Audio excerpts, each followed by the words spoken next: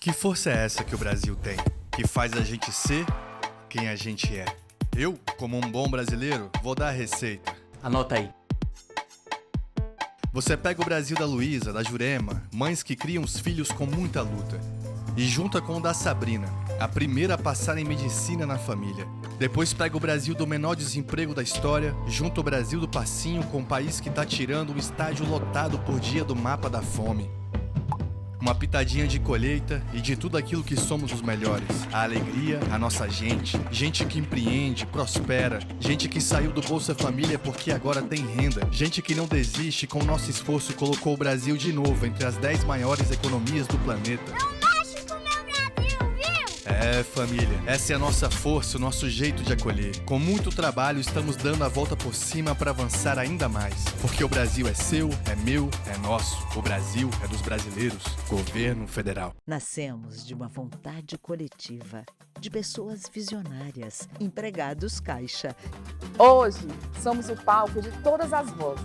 A galeria de todas as cores. A dança de todas as expressões. A oficina do aprender e ensinar. Completamos 45 anos. Com a genuína expressão do que é ser brasileiro. Caixa Cultural, 45 anos. Culturando para o Brasil. Boa noite. Sempre muito bom encontrar esse teatro cheio. Eu sou o Matheus Leitão.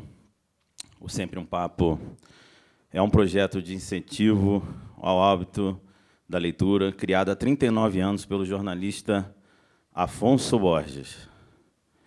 É uma alegria para nós voltarmos a este espaço da Caixa Cultural em Brasília, que nos recebeu de 2003 a 2009. Agradecemos ao patrocínio da Caixa, Governo Federal, e ao apoio cultural da Engea via Lei Rouanet, do Ministério da Cultura. Para quem ainda não conhece a dinâmica do Sempre um Papo, a gente começa a conversa aqui e, em seguida, abrimos para perguntas. Não dá para abrir para muitas perguntas, mas eu vou abrir. É só levantar a mão, se apresentar. Pedimos para esperar o microfone chegar, porque estamos gravando e precisamos captar melhor o áudio da pergunta. Desde já, peço autorização para o uso de imagens de vocês, pois estamos fotografando e filmando este evento. Depois, essa conversa segue para o YouTube do Sempre um Papo. Te convido a se inscrever no canal e acessar as mais de 1000 entrevistas gravadas com autores do Brasil e do mundo. Seguida a nossa dinâmica, após a conversa, a gente segue para os autógrafos aqui no hall da entrada, depois que fizermos uma foto com o Igor, que está ali atrás. Hoje recebemos Conceição Evaristo, a maior escritora brasileira.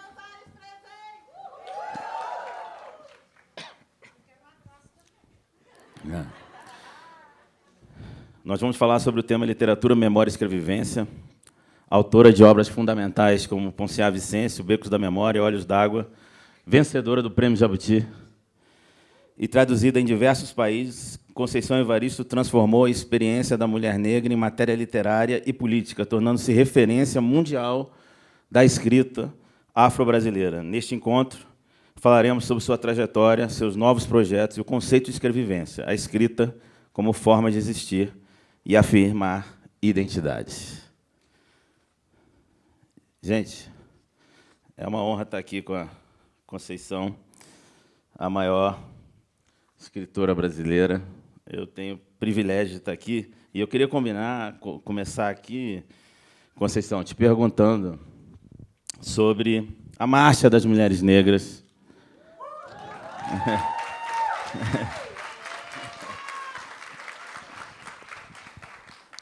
Eu estava lá, me emocionei com você, né? Falando, a gente combinamos de não morrer, mas também ao ouvir uma mulher no carro de som falando das babás negras e crianças brancas. Você costuma trazer a imagem da mãe preta com a criança branca como pano de fundo da escrevivência e diz que o conceito quer vingar essa imagem.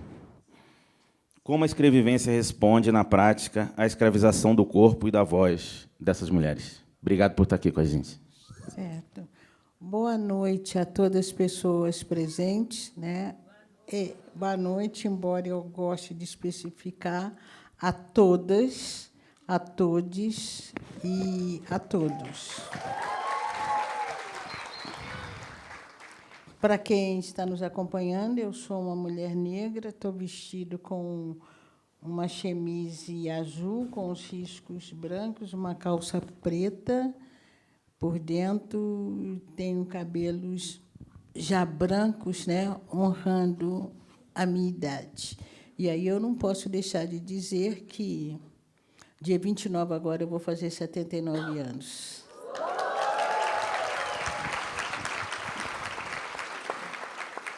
Estou numa mitideza só, né, porque é uma mulher de 79 anos, uma mulher negra, pobre, que vem das classes populares, e estar aqui é para bem dizer a vida, né? É para bem dizer a vida. Bom, eu quero retomar um pouquinho a marcha, né? A marcha foi algo muito potente. Honrou a nossa primeira marcha e não podemos deixar de reconhecer nessa marcha das mulheres negras um dos movimentos mais potentes em termos de organização e de conclamação pública, porque só nós, mulheres negras, sabemos do dia a dia, do nosso cotidiano, e, para muitas de nós, o que significa deixar o trabalho. Inclusive, muitas deixam o trabalho doméstico, não só da casa delas, mas das casas da patroa, nesse compromisso de vir aqui em Brasília. E 10 anos depois, essa marcha repete com a mesma potência a primeira marcha de 10 anos, né? E várias coisas aconteceram. Também foi a abertura na Fundação Palmares, que, depois, me parece, de 37 anos, consegue um espaço próprio e abre esse espaço com a exposição celebrando a memória e a vida de Luísa Barrios. Então, somos nós aí segurando a nossa memória, segurando a nossa história, construindo o presente e repetindo o que Angela Davis falou. Uma mulher negra, quando movimenta, toda a sociedade movimenta com ela. Uma honra estar com você. Te agradeço muito essa possibilidade do nosso diálogo, a possibilidade do diálogo com Afonso Borges, né, idealizador do programa, porque cada vez mais homens brancos, mulheres brancas que estão no lugar do poder precisam escutar as nossas vozes. Nós movimentamos o mundo, sim, mas quem assina a movimentação desse mundo, infelizmente, ainda não somos nós. Mas seremos um dia também.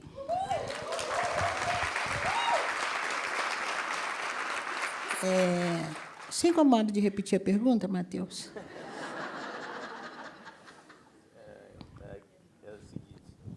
Como a escrevivência responde, na prática, à escravização do corpo e da voz dessas mulheres? Porque eu falei da mulher que falou da babá.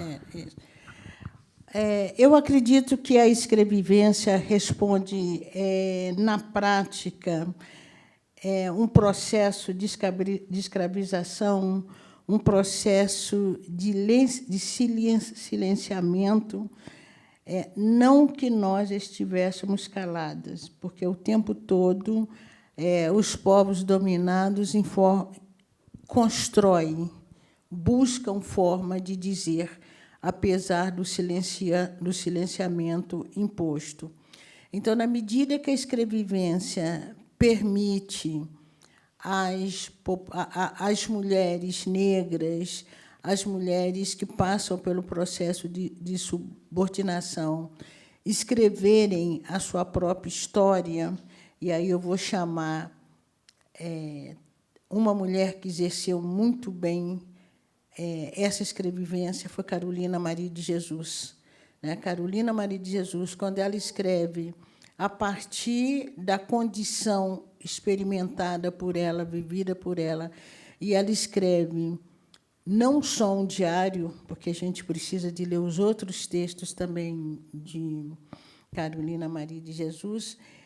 Quando nós nos apropriamos desse exercício da escrita, que é um exercício até hoje que acreditávamos que era um exercício somente das classes privilegiadas, então, cada pessoa do povo que tem uma oportunidade de contar a sua própria história, de narrar a sua própria história, pela escrita ou não, porque há outras maneiras também de se contar a nossa história, a gente rompe com o silenciamento imposto. E quando você traz, ou quando você fala da voz que você escutou, dela contando, da mulher que faz o discurso e toma como imagem a babá cuidando dos filhos da casa das patroas, e são 1000 camadas, nesse exercício, nessa condição toda. A escrevivência, ela toma também como inspiração aquela mulher que, dentro da Casa Grande, era obrigada a contar a história para adormecer os da Casa Grande. Então, até o verbo, até o poder de dicção dessa mulher, até a fala dessa mulher, cumpria uma tarefa obrigatória no processo de escravização. Ela era obrigada a contar histórias. Ela não escolhia, eu vou contar história para você, menininho, porque você é bonitinho. Não é nada disso. Ela tinha obrigação, ela era babá, ela era mãe preta dessas crianças, e ela tinha de distrair essas crianças e adormecer essas crianças.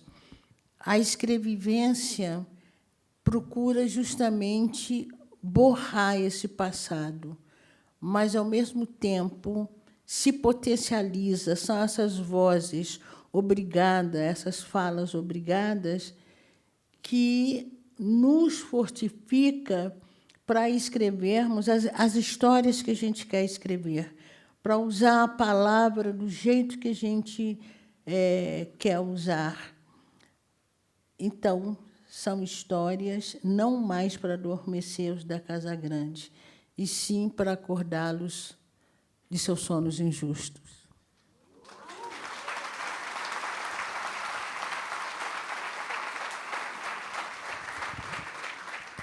Eu estava até com essa frase aqui: nossa escrevivência não é para ninar os da Casa Grande, e sim para incomodá-los em seus sonos injustos.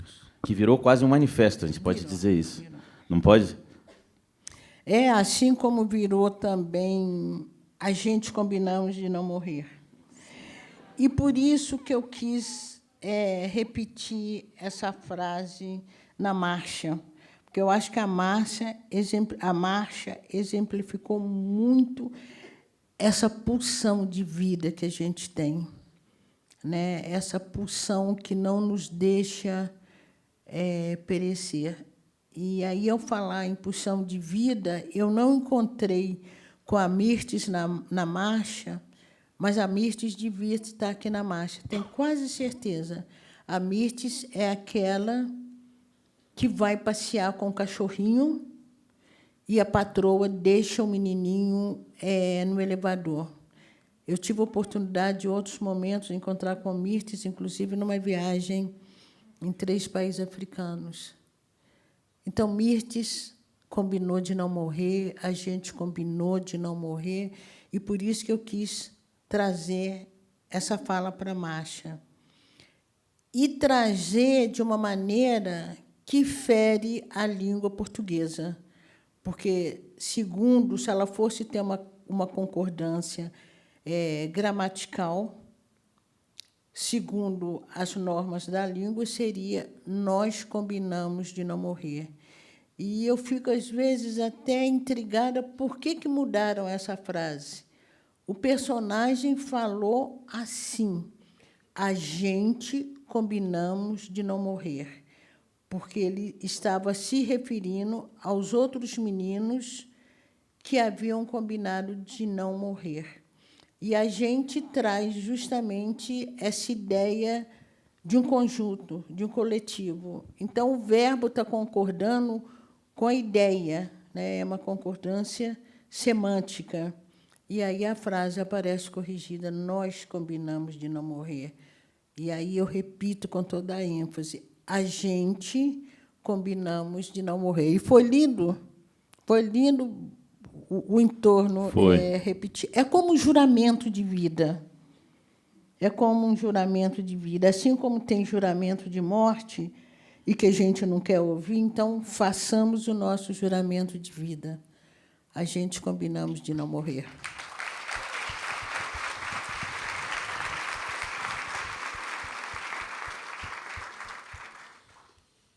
Conceição, eu queria passar um pouquinho aqui para Ponciar. Eu reli esses dias, né?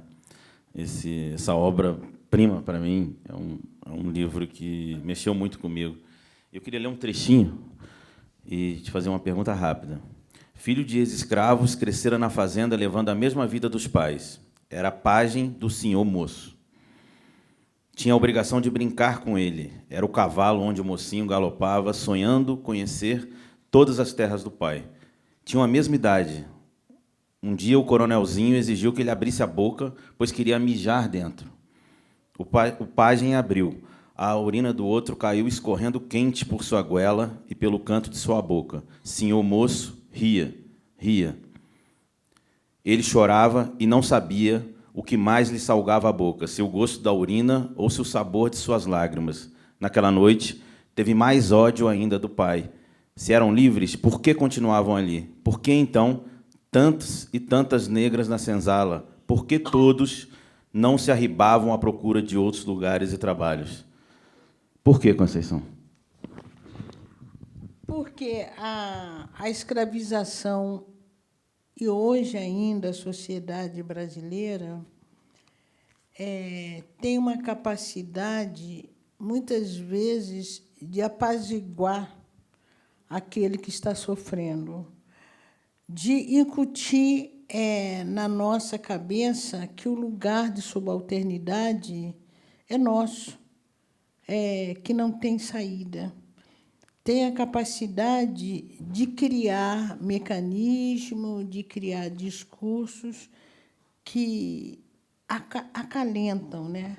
Acalentam, que retiram, que nos retiram uma capacidade de revolta mesmo, né? Que nos retira a capacidade de revolta.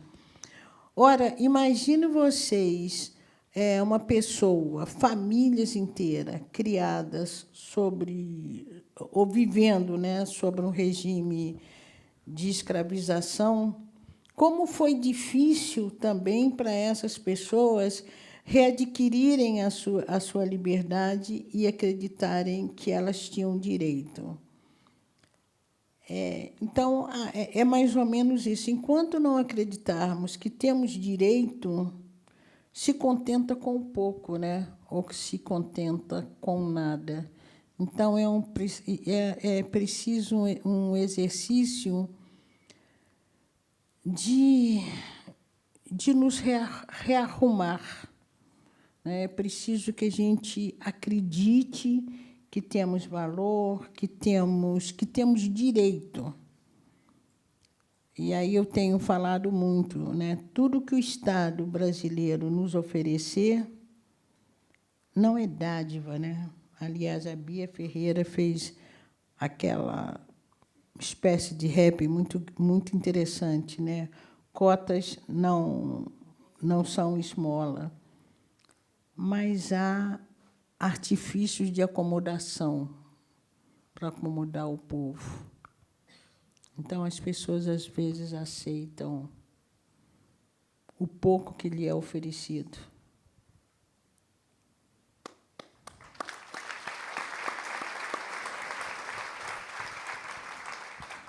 Eu queria passar para o Olhos d'Água, Conceição, nossa rainha, porque tem um conto lá. Em Maria, você constrói uma cena em que uma doméstica negra leva para casa o osso de pernil e as frutas da festa da patroa. E é linchada por uma multidão que a transforma em cúmplice de um crime. O corpo de Maria é dilacerado, enquanto o melão que os filhos nunca provaram rola pelo chão. No momento em que ela está morrendo, ela pensa que não vai levar nem a fruta, nem o abraço do pai ao filho. Essa tensão entre restos, racismo, linchamento, crime e o direito ao prazer e à vida é muito forte. Pode falar um pouco sobre esse conto, Maria? Maria, quando uma pessoa leu e disse que eu fazia apologia, que eu estava fazendo apologia do bandido. Por quê? Esse sujeito que entra no ônibus para assaltar o ônibus, ele reconhece a mulher dele, Maria, uma mulher que já atravessou a vida dele. E ele senta do lado da mulher e quase que em segredo, ele pergunta por ela, dentre várias perguntas, ele pergunta pelos filhos, já não me lembro se era um filho, se todos, um filho, né? É um filho. Ela tinha tido mais dois. Isso. Aí ele pergunta pelo filho e diz para ela, leva o meu carinho para ele. Isso era um sujeito que, logo depois, ele ia levantar e fazer um assalto no ônibus. E a Maria não tem tempo, porque, quando o sujeito desce, as pessoas nos ônibus viram o sujeito cochichar com ela e acham que ela está de culeio com o assaltante. E começa a bradar, e Maria é linchada. E as frutas que elas tinham, o resto da fruta, que era melão, estava espatifado pelo chão. Esse conto me rendeu justamente comentários, né, que eu estava fazendo apologia do bandido. Mas não. Eu construí o personagem com seus altos e baixos, com as suas incoerências humanas, né? É um homem que clamava, que lembrava de um filho amado, mas era um sujeito que era capaz de levantar e fazer um assalto e provocar uma morte. E quem é vítima nessa situação é Maria. E eu quis também trazer, justamente, para o texto, uma empregada doméstica. E uma empregada doméstica vista a partir de uma perspectiva negra, a partir de uma mulher que minha mãe, minhas tias foram domésticas também, a partir também de uma perspectiva, de uma experiência própria, que eu também fui doméstica. Eu também experimentei o valor do resto.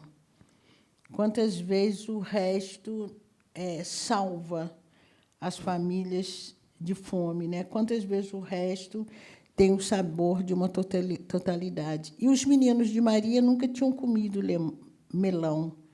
Então, ela queria chegar em casa para levar o melão, os restos que ela ganhou, e ainda o abraço do filho para o filho. Mas o que eu queria mesmo, eu acho que consigo, é apresentar a humanidade dessas pessoas, é apresentar a humanidade do personagens, né? Porque, de um modo geral, a literatura brasileira constrói esses personagens negros de uma maneira muito periférica. É como se as pessoas negras não amassem, não sofressem, não desejassem. Então, é isso que eu queria, né? Maria, doméstica, o assaltante dizendo para ela, depois que eu tive você, é como se eu tivesse um buraco no peito, né? Duas pessoas negras, pobres, estão ali falando da solidão. Então, é isso que eu procuro também trazer sempre para o personagem.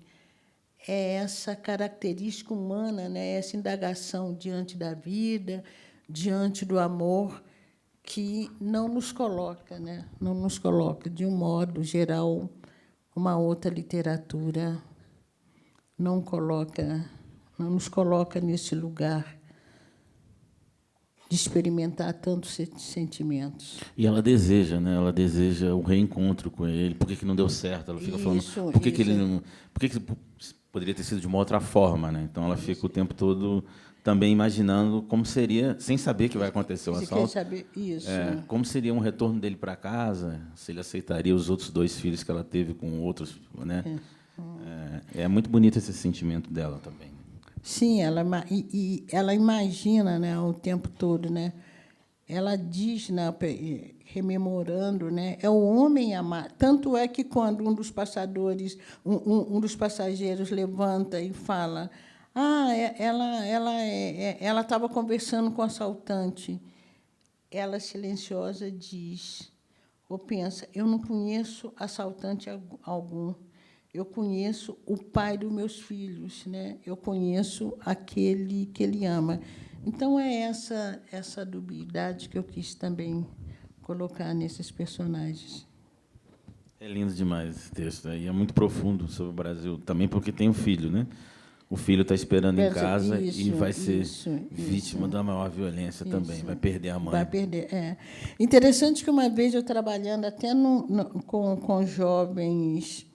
Era um programa oferecido por um sindicato de trabalhadores para jovens, isso há muitos anos atrás. E, quando nós acabamos de ler o conto... sim, também tem um momento que a narrativa diz assim, faca laser corta até a vida, porque, quando ela vai cortar um pernil na festa, ela machuca a palma da mão. Aí diz, faca laser corta até a vida. Dano são sinais do que a narrativa poderia trazer.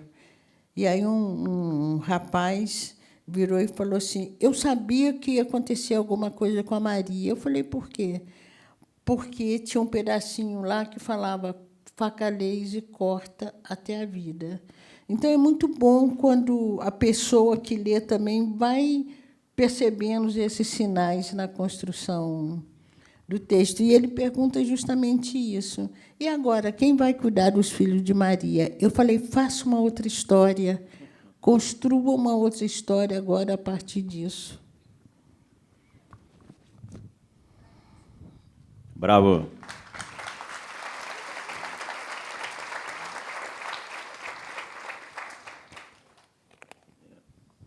Eu queria ler, te dar um tempo para você tomar uma água aí. Conceição, eu queria ler o poema de recordação, o da calma e do silêncio.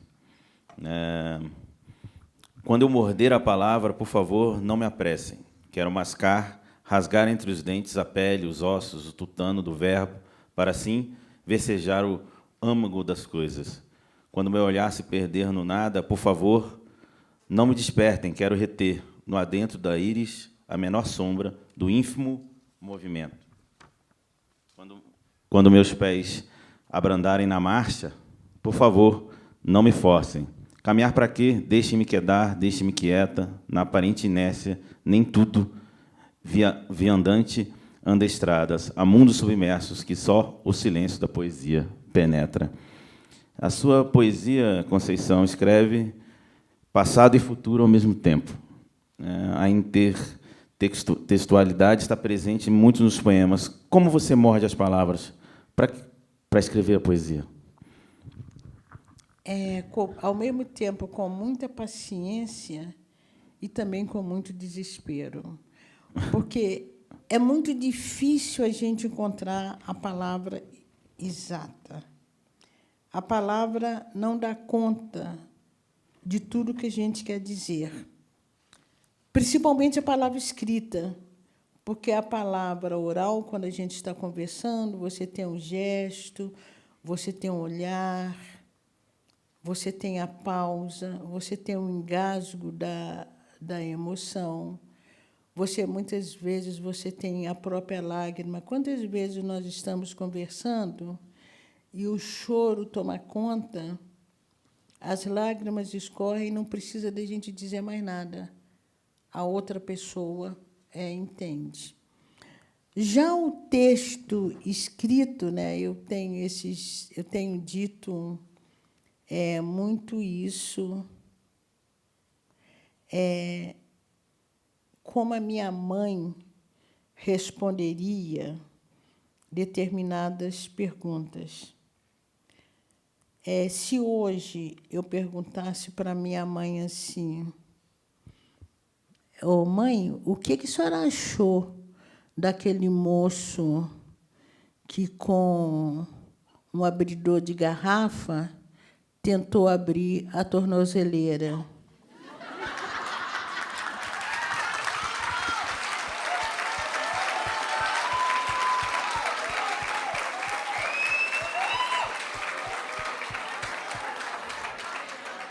A minha mãe, com certeza, se eu fizesse essa pergunta, a minha mãe, com certeza, só falaria assim: "Hum!"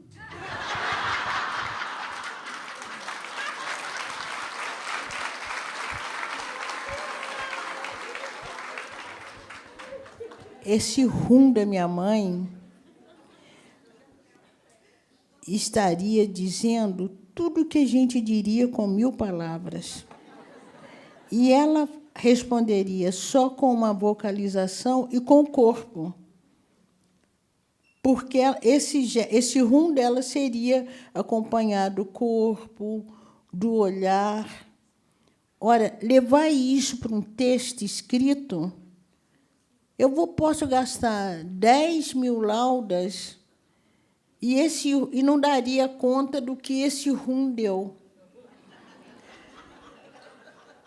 Então, buscar a palavra escrita é um exercício que, ao mesmo tempo, é sedutor, é gratificante, porque, quando a gente encontra uma palavra que mais ou menos dá conta, que se aproxima daquilo que a gente quer dizer, é um alívio muito grande. Mas, até encontrar o exercício da escrita...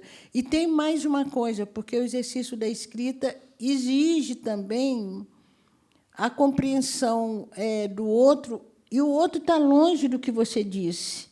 A palavra não, estou aqui te olhando, ou mesmo que fosse na televisão, ou mesmo no YouTube, está tendo a oportunidade de acompanhar o meu gesto. Agora, o texto escrito, não. O texto escrito, a palavra tem que ser muito catada, muito cuidada, né, muito buscada mesmo, para quase dar conta.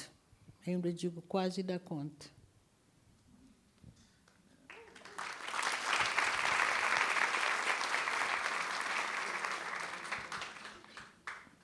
Você propõe que não olhemos a escrevivência pelo espelho de Narciso, mas pelos espelhos de Oxum e Iemanjá. Como esses espelhos africanos reorganizam a nossa compreensão de beleza, de subjetividade e de luta na literatura, Conceição? E quando eu proponho isso, porque nós temos tendência, que é muito interessante, sim, ler os textos a partir de uma mitologia grega, de uma mitologia judaico-cristã. É muito interessante isso. Amplia muito a nossa compreensão do texto. Mas nós convocamos também e acho que um dos primeiros a fazer essa convocação é Edmilson Pereira de Almeida, numa entrevista. Determinar os textos nossos, se o leitor ou a leitora tiver experiência, conhecer algumas narrativas mitológicas africanas, amplie a leitura desse texto. Por exemplo, Ponciá Vicêncio. Quem conhece a mitologia de Nanã reconhece ali o barro. Quem conhece a mitologia de Oxumaré vai entender por que passar debaixo do arco-íris vira menino ou vira menina, né? Então, ter conhecimento dessas mitologias podem ampliar a leitura, né, o sentido de compreensão do texto. E quando a gente fala que o espelho de Narciso não reconhece o nosso rosto, porque é muito recente, eu digo recente até em termos mesmo da própria história do Brasil, e nos anos 80 foi um momento em que a beleza negra é afirmada com muita veemência, isso por influência do movimento dos negros pelo direito civil, né? Pela famosa frase, né, Black is Beautiful, pela libertação das colônias africanas, das lutas. Isso chega no Brasil, principalmente nos anos 80, e nós começamos a também trabalhar a nossa autoestima, a nos reconhecer como belos.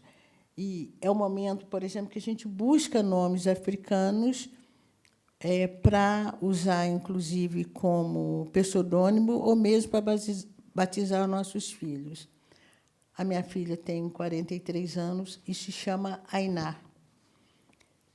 E isso porque a gente se volta para uma beleza que nós começamos a cuidar e acreditar.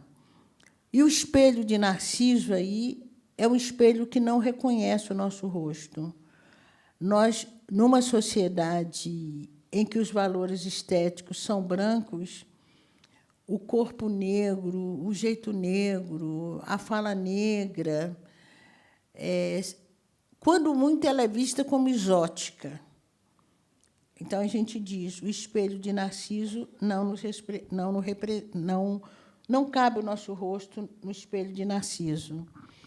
E nós podemos buscar nos contemplar em dois espelhos a partir das narrativas cosmogônicas africanas, que é o espelho de Oxum, em que Oxum é narrada como uma orixá, né, feminina, que é muito bonita. Ela simboliza a beleza. É uma mulher que se cuida, é uma mulher que sabe, inclusive, do poder de sedução dela e devolve nos contemplar no espelho de Oxum, devolve a nossa beleza, nos ajuda a construir a nossa subjetividade. E tem mais um detalhe também que faz uma diferença enorme entre o espelho de Narciso e o espelho de Oxum. Porque o espelho de Narciso, né, um homem muito belo, ele se contempla e apaixona-se por ele mesmo. E morre procurando, né, se afoga, procurando alcançar ele próprio. O espelho de Oxum é um espelho ativo. O espelho de Oxum, segundo as várias narrativas que tem sobre Oxum, Oxum, quando se contempla no espelho, além dela ver o próprio rosto, ela vê o inimigo que está por trás dela. E, segundo também uma das narrativas sobre Oxum, esse espelho de Oxum se transforma em arma de guerra. Ela luta, né? Tem esse movimento também. Há uma qualidade de Oxum que parte para a guerra, parte pelo ataque com o espelho dela. Então, é um espelho ativo. E o outro espelho que podemos nos contemplar, e aí é o salto de pensar a escrevivência como uma possibilidade ou como uma afirmativa de uma literatura, de um texto, eu vou ficar no campo da literatura, em que traz não o sujeito narcísico, em que traz não aquele sujeito que vai se afogar na sua própria beleza, mas aquele sujeito que, ao se descobrir belo pelo espelho de Oxum, ao construir a sua subjetividade, ele é capaz de contemplar no outro espelho, que é o espelho de Iemanjá, aquela que cria, aquela que cuida.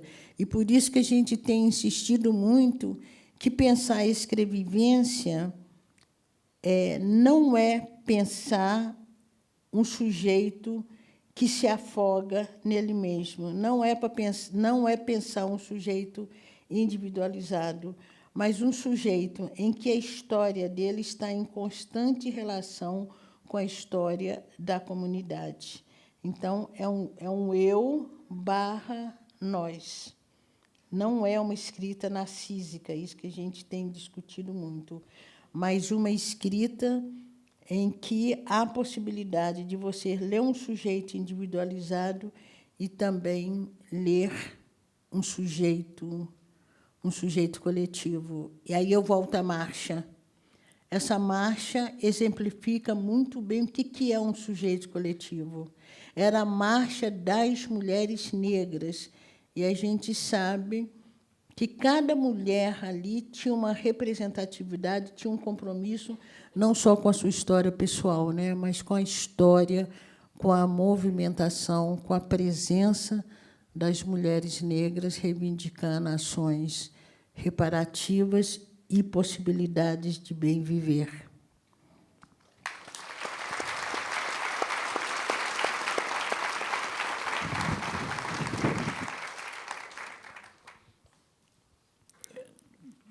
Vocês são, quando a gente se encontrou uma vez, uma das vezes que a gente se encontrou,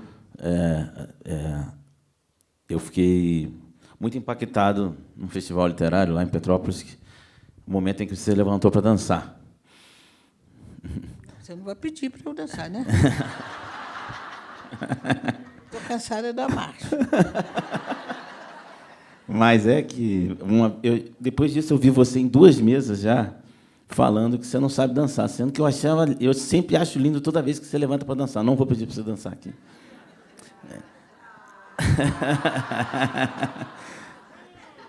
Mas eu queria que você falasse um pouco disso, assim, dessa beleza que eu acho que tem que você tem essa força do reconhecimento da beleza da mulher negra, ainda mais depois da marcha, né? E como você tem visto isso influenciar as pessoas, né? Se você puder. Ai, ainda bem que não é dançar. Bom, dentre algumas frustrações que eu tenho na vida, não saber dançar é essa, entende? Por quê? A dança, o canto, já falei e vivo falando, e eu falo isso para o universo me escutar.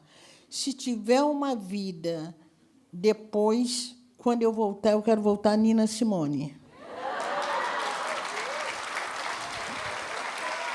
Quero. Se não for para voltar a Nina Simone, eu não quero voltar, não. E o canto, a dança, eu gosto muito porque não exige tradução. Você pode ver um grupo tradicional africano, de culturas tradicionais africanas, dançando. Você pode assistir o balé Lago do Cisne, você pode ver um grupo indígena dançando, você pode ver um casal dançando tango, você pode ver um passista da escola de samba e se emocionar, porque o corpo está ali traduzindo, né? O corpo do outro te convoca. E outro dia eu já tinha visto também num texto de Edmilson de Almeida, analisando uma dança que tem em Minas, o candombe, e outro dia eu ouvi uma fala que me reportou a isso novamente. No processo de escravização, quando o sujeito dançava, era o único momento que o corpo era dele, porque o tempo todo ele estava atendendo às ordens escravagistas impostas. Então, no momento da dança, era o momento que ele readquiria o seu próprio corpo. Era o momento que o movimento do corpo, a criação do corpo, era dele, não era do senhor. O senhor não dizia para ele, quando você tiver de dançar, põe um pé para frente e outro para trás. Não. Era o momento em que ele tinha a certeza que o corpo era dele. Por isso, a dança cultivada dentro desse processo de escravização. E era um momento que, inclusive, os escravocratas incentivavam e ficavam, muitas vezes, também vendo aquele espetáculo. E, hoje, a pessoa que dança, mesmo aquela que vai estudar dança e coisa e tal, é o momento que ela é dona do corpo dela. Como cantar também é o momento que você é dono. Falar também, mas cantar mais ainda. E o corpo, justamente, o corpo se apresenta na dança, no canto, e isso em contraposição à escrita. A escrita é mais complicada. Soubesse eu dançar, que eu não ia escrever uma linha. Soubesse eu cantar. Gente, mas eu ia ser de uma mitideza. Ela sabe dançar muito bem, gente.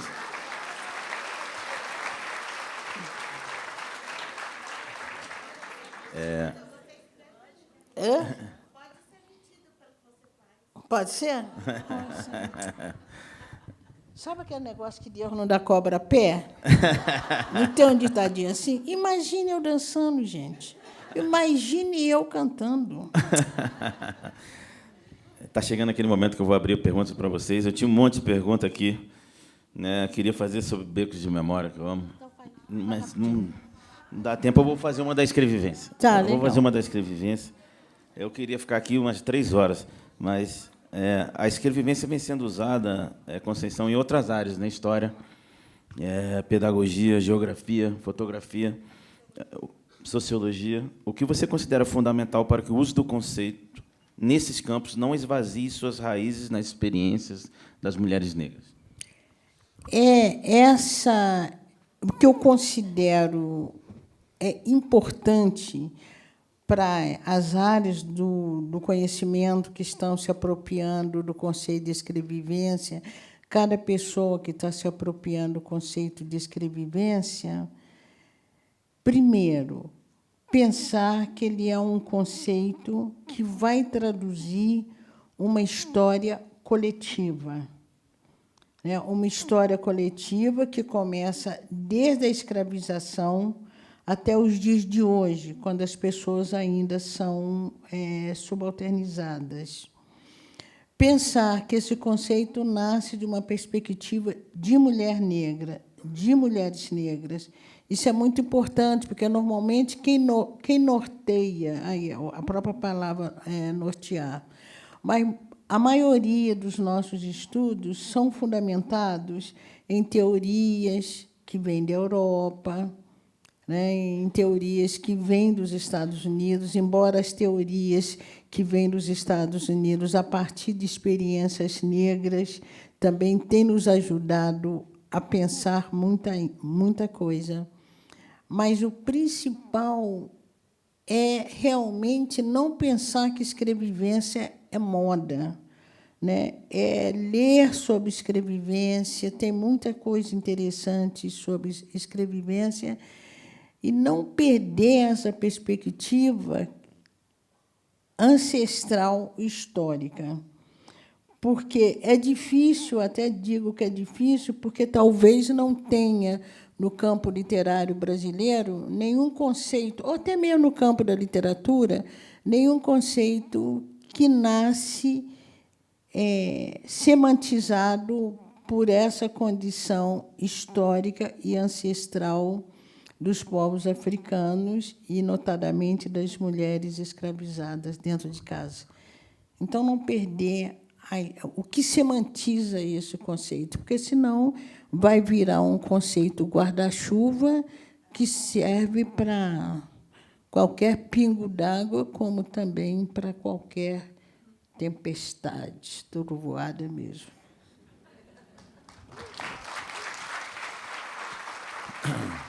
Vamos abrir para as perguntas? Não sei se vão acender as luzes igual fazem normalmente, porque daqui, com essa luz aqui na minha cara, eu não consigo ver mesmo. E eu não estou vendo nem a pessoa com o microfone.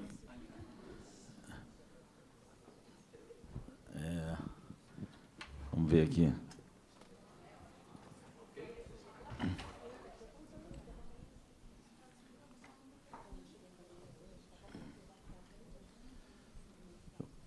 Eu peço para falar o nome mais uma vez, se apresentar, se puder ser o mais concisa possível, longe de querer tirar a sua fala, mas só uma questão do tempo mesmo. E, Conceição, se você puder falar do futuro, encaixando em alguma pergunta que o público fizer, os seus projetos futuros, seria bom. Tá, legal.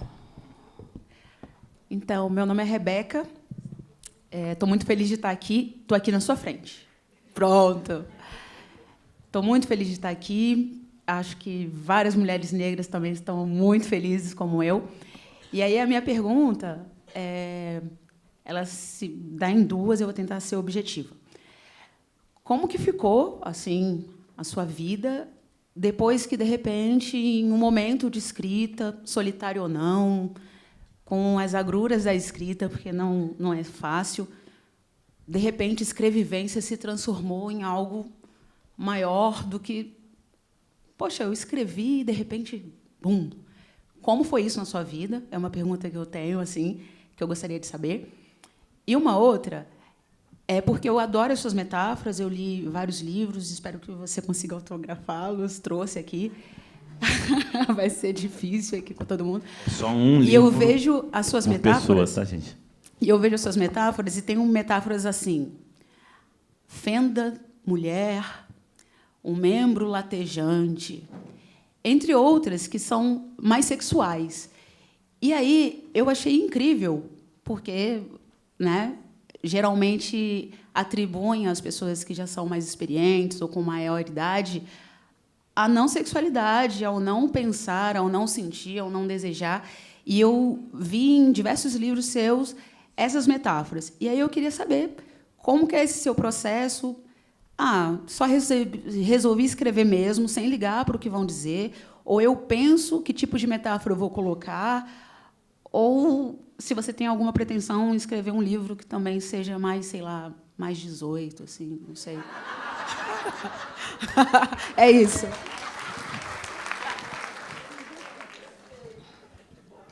Eu vou tentar responder rapidamente uma, porque, se fizer bloco, você vai ter que ficar me lembrando toda hora, porque eu vou esquecer. Então, vou tentar ser rápida.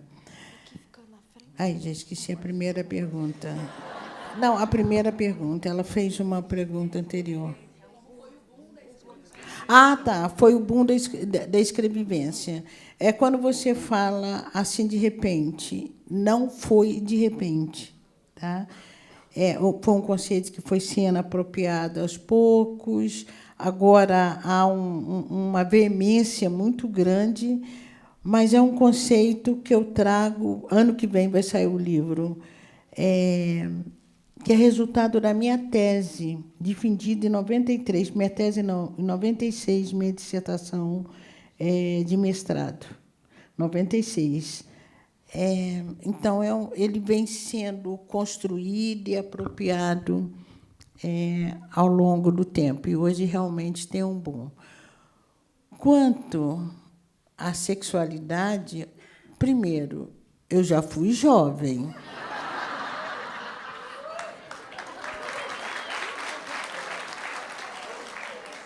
Segundo, eu continuo jovem.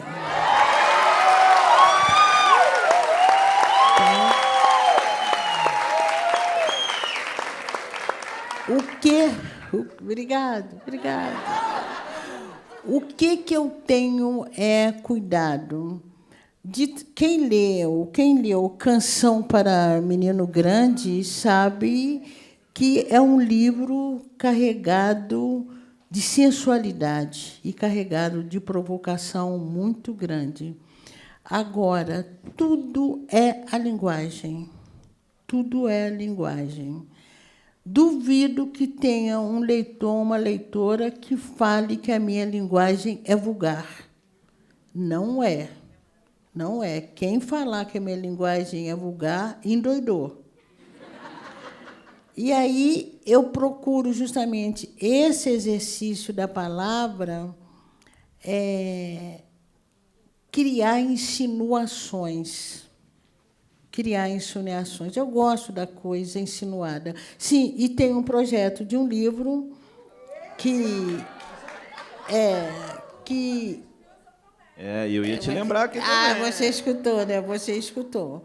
E aí a minha grande questão, porque eu não queria chamar de livro erótico para não voltar para tendo como símbolo narrativas gregas. Mas aí eu já resolvi, o livro deve chamar, como tem esse Poemas da Recordação e seus movimentos, esse aqui é Poemas da Recordação e de seus movimentos. Provavelmente, esse livro que já tem algumas poesias, estão em cadernos negros, aqui mesmo já tem alguns livros que a gente poderia, e que eu vou colocar no outro livro, que se chamará O Gozo e seus Movimentos.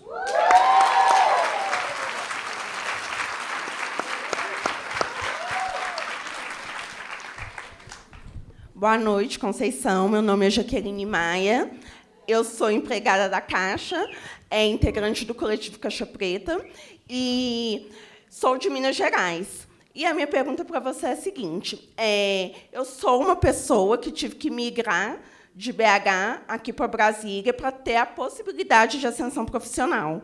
Você é uma mulher que também teve que sair de Belo Horizonte para ir para o Rio de Janeiro para ter uma possibilidade de ascensão financeira e econômica. Eu queria entender como que foi esse processo para você, de sair de BH, né, que é aquela província rural, urbana, para ir para o Rio de Janeiro, deixar sua família e tudo. Como que isso reverberou em você e também na sua escrita? Ai, meu Deus, vou ter que responder correndo. Tem uma menina aqui nessa direção que levantou logo a mão no princípio. Eu juro que eu vou falar correndo. Mas mineiro gosta de contar casos. Que bom, conterrânea. Bom, eu saí de Belo Horizonte também.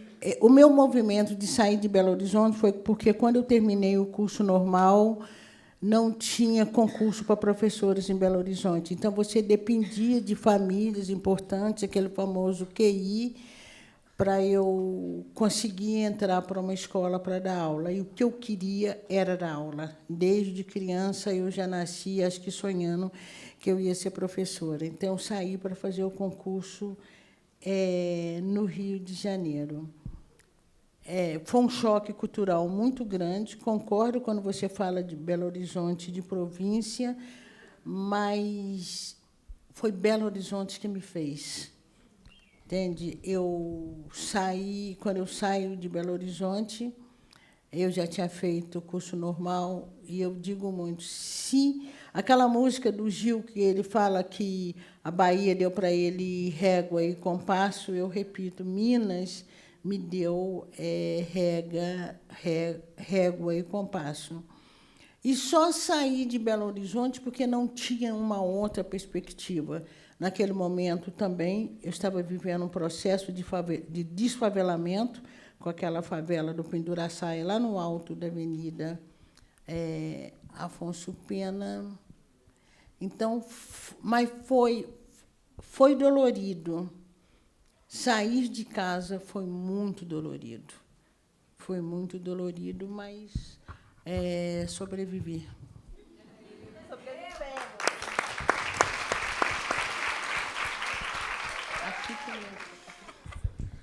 Boa noite a todas as pessoas.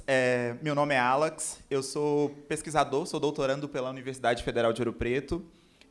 E nas minhas pesquisas eu tenho usado a interseccionalidade de sexualidade e raça para poder tensionar algumas questões que me atravessam, assim. E uma dessas questões é para falar sobre as masculinidades pretas. O livro Canção para Ninar Menino Grande me atravessou de forma muito potente, assim. E eu tenho, através das minhas pesquisas, através da minha própria narrativa, né, eu uso como metodologia autoetnografia negra, eu tenho pensado muito essa construção das masculinidades outras, das masculinidades negras outras, pensando na existência da bicha preta, como sendo eu uma bicha preta. Eu queria saber da senhora, né, como que você pensa sobre essa questão das masculinidades negras, como que você pensa para escrever as suas tessituras. E quero finalizar agradecendo e tomando bênção a Exu, e agradecendo a você e tomando a sua bênção por me proporcionar esse momento. Axé, axé.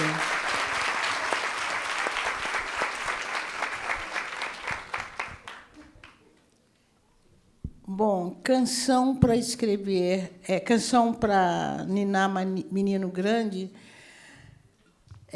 foi um livro que eu tentei escrever numa espécie de redenção, porque eu só escrevia falando de mulheres, e os poucos homens que apareciam no meu texto, inclusive Submissas Lágrimas de Mulheres, todos os homens são algozes. O único homem que há uma correspondência afetiva digna é o último conto, Rainha Anastácia. Então, escrever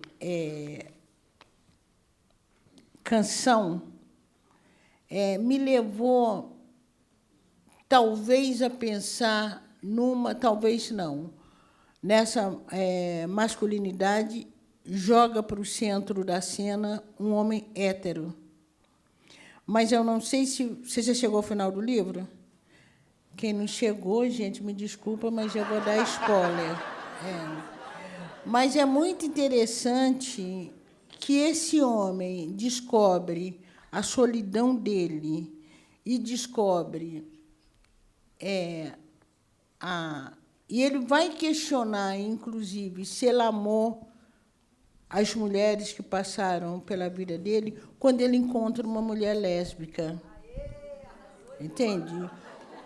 É com essa mulher que ele não vai transar, que ele não tem desejo algum, nem ela por ele, mas é essa mulher que vai contar uma história de amor com a outra, que leva esse homem a questionar que história de amor ele tinha. E leva esse homem a questionar a solidão dele. Eu acho que o que mais dói naquele livro, a gente fica com raiva do Fio, porque ele é um sedutor e coisa e tal, mas, quando a gente descobre a solidão do Fio, é triste. E ainda vou dizer mais uma coisa, os homens que estão aqui presentes, me desculpem.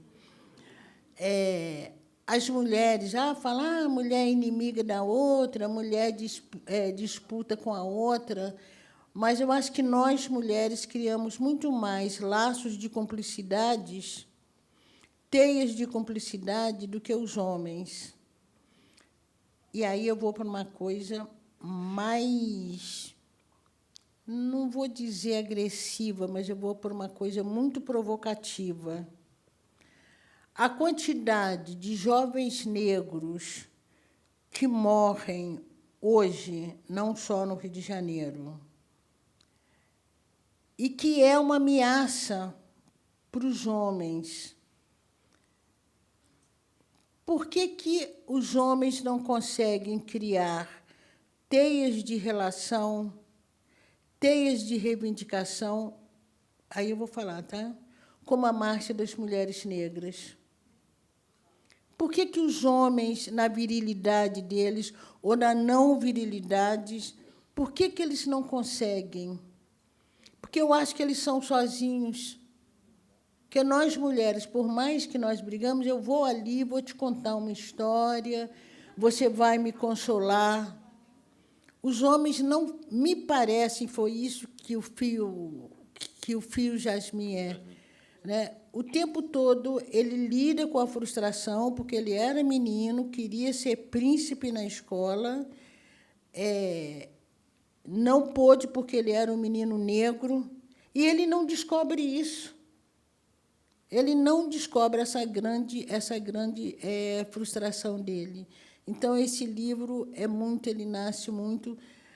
Realmente é um livro que está baseado numa masculinidade hétero, né? Eu não trago ali nenhuma homoafetividade entre homens, mas talvez um dia eu consiga criar personagens também que possam falar. Mas que bom que você leu, porque mesmo os sujeitos que não são héteros, mas mesmo, como você fala, o bicha preta, que você mesmo usou esse termo, tem uma carga de machismo também ainda muito grande, porque o sujeito tem uma relação homoafetiva, aí no caso dos homens, ou porque uma mulher tem uma relação homoafetiva com uma outra mulher, não significa que ela também esteja livre do machismo, não. Porque o machismo ele foi impregnado de tal forma, como, de certa forma, a branquitude também, porque há muitos sujeitos negros que são incapazes, homens e mulheres, que são incapazes de criar teias de reconhecimento. E aí eu só fico feliz porque eu acho que, através da literatura, a gente pode mexer nessa ferida, né? Tocar nessas feridas e tocar poeticamente, né? Como tocar também um estado de tesão e tocar poeticamente, né?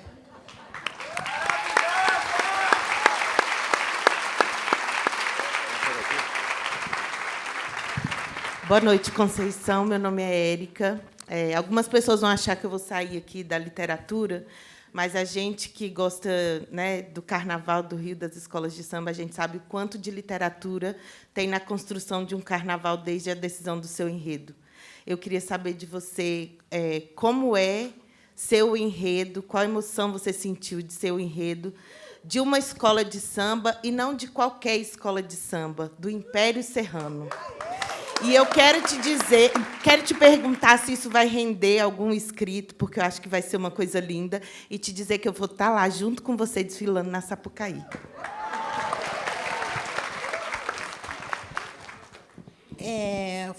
Foi não, está sendo um prazer muito grande, e o prazer passa por esse reconhecimento e por esse caminho de vai e volta, né? Quando a minha escrita toda ela é marcada por personagens populares, por personagens que vêm da periferia, embora eu não goste desse termo, por mulheres, por homens, pobres, negros.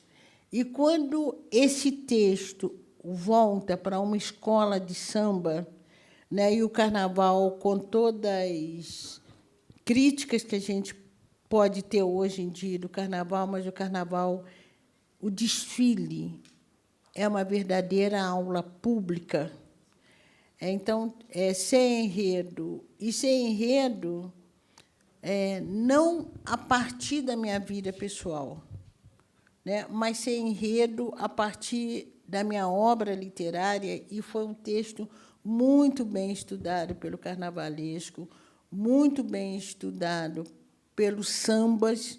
Esse que ganhou fez justiça, mas os outros são muito bons.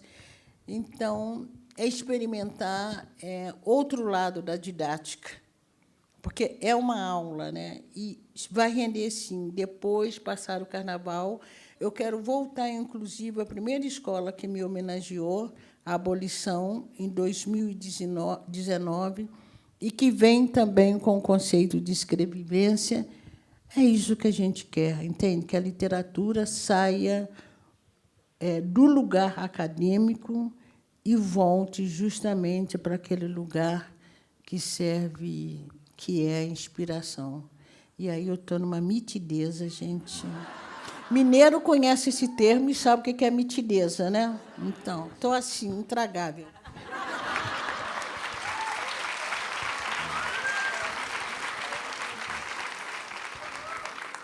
Gente, perguntas maravilhosas. Eu tenho que encerrar por causa do tempo. Eu queria pedir para vocês ficarem aqui para a gente fazer uma foto. Eu queria uma salva de palmas para a nossa intérprete de Libras, Bárbara, Maria. E eu queria... Fala, rainha. Ô, gente, eu só queria pedir um favor e uma compreensão imensa. Eu não posso levantar para tirar foto na hora do autógrafo, senão isso vai acabar depois da manhã. Outra coisa, como eu tenho dado muito autógrafo esse período todo, eu estou vindo da Flip, eu gosto muito de olhar para a pessoa que está do meu lado. Não sei se aqui vai pôr uma cadeirinha que, enquanto eu dou autógrafo, vão tirando a foto. Mas esse movimento de fazer assim para olhar a pessoa que está do meu lado, eu estou com esse lado aqui todo doendo, mas literalmente doendo. Então, eu não posso levantar para a foto e não posso toda hora ficar fazendo esse movimento, não, mas eu sou muito grata a quem está aí me lendo, a quem está com os livros, mas eu vou ficar só sentadinha fazendo. Tá? E é um livro por pessoa, gente. Eles pediram, o pessoal da organização, um livro por pessoa, porque às vezes você chega, né, você tem vários livros, você quer levar um de presente para alguém, e aí não dá, um livro só por pessoa, tá? E é isso, gente. Viva a maior escritora brasileira! Viva a rainha da literatura brasileira! Viva Conceição Evaristo!